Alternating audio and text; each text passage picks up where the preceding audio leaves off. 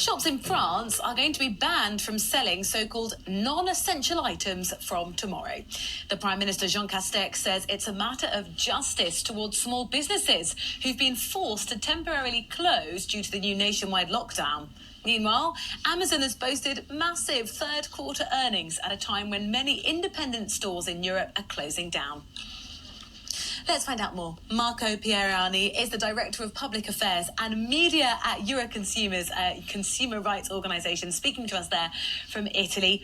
Is this really the answer then? Smaller shops who've been forced to close, well, we're going to support you best by making sure the supermarkets don't sell the products that they'd be competing with. Is that the right strategy?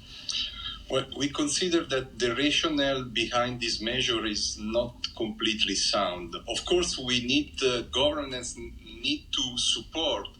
We need to bring support measure for the small retailers, but not affecting further consumers. We need to understand that consumer buy non-essential goods in supermarket because they are cheaper in supermarket.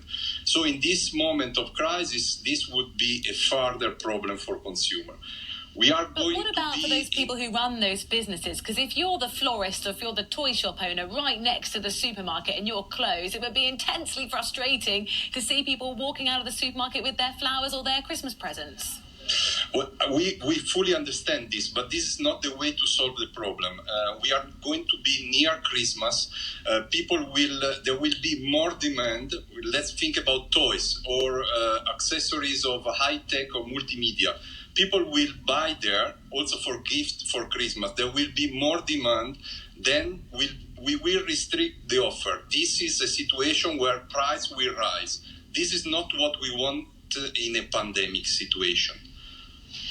It's complicated. How do you define what is essential and what isn't? Because for different people, they're going to have very different needs. And some of the things that are being considered taking off the shelves are, well, yes, things like toys, but also children's clothes. Maybe they might need a new winter coat or books, just for reading when you're sat at home in this lockdown. How do they decide what is and what isn't essential?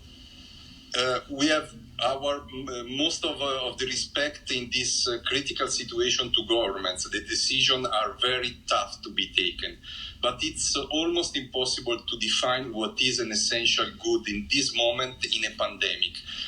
We know that, for example, many of us are, as individual, not only as consumer, restricted at home, and we work from home. So maybe even to buy toner for a printer would be essential for my life as an individual. So we think that this is not really the way to go.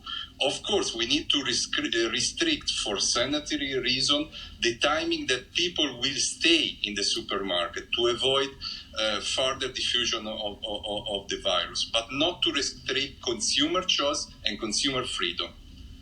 Because they want choice, but not people hanging around, I guess, unnecessarily in the supermarket for longer than is needed. Marco Pierani, thank you very much speaking to us there from Italy.